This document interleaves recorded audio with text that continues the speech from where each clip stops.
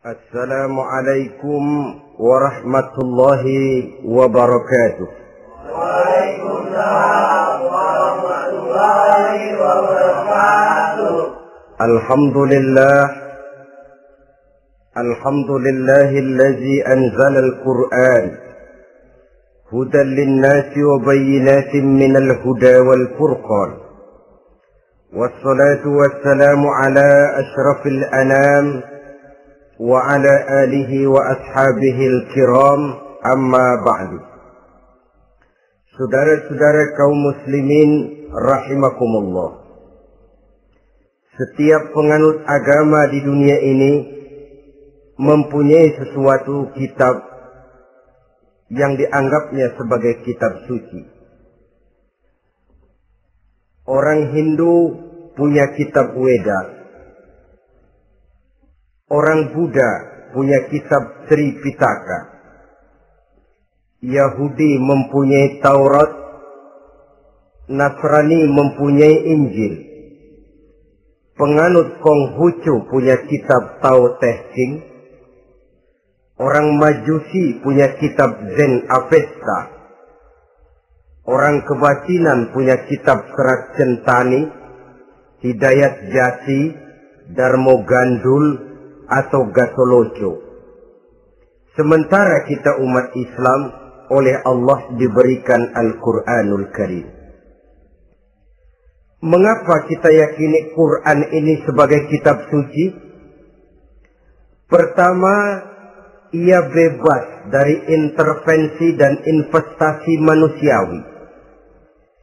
Ia sepenuhnya, baik isi maupun redaksi, adalah produk dari Allah Subhanahu wa ta'ala. Kita yakini Quran kitab suci karena sampai hari ini belum ada seorang pun yang sanggup membuat seperti itu. Suatu kitab hanya dinamakan suci kalau dia bersih dari investasi dan intervensi manusia.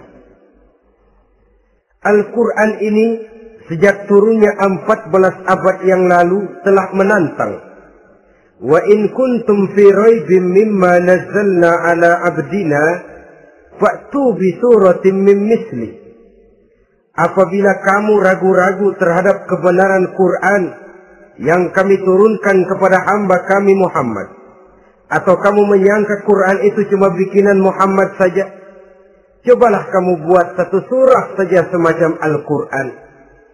Apabila kamu tidak mampu melakukannya seorang diri, wada'u syuhada'akum, ajak seluruh teman-temanmu.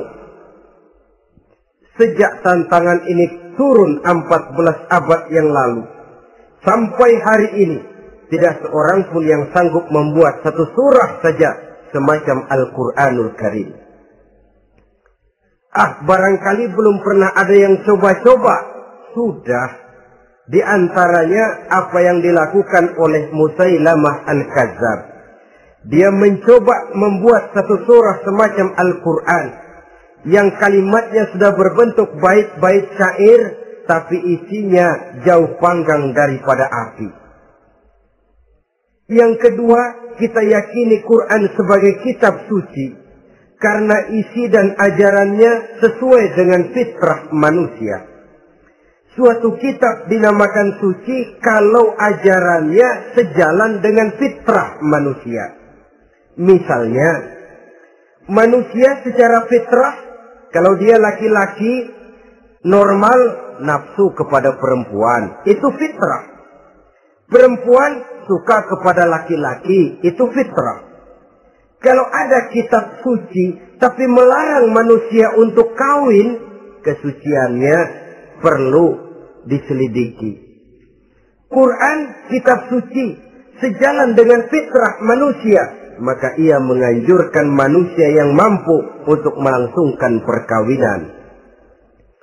Contoh lain, secara fitrah manusia perlu makan. Kalau ada kitab suci yang melarang manusia puasa saja siang malam terus menerus, itu kan sama juga nyuruh orang mati. Quran sesuai dengan fitrah manusia. Maka dalam Islam puasa wisol, puasa ngableng apa itu istilahnya, puasa nyambung, Dari pagi sampai sore, sampai malam, sampai pagi lagi puasa terus. Bukan saja tidak boleh, malah haram hukumnya. Kenapa? Itu bertentangan dengan fitrah manusia. Yang ketiga, kita yakini Quran sebagai kitab suci karena isinya tidak kontroversial.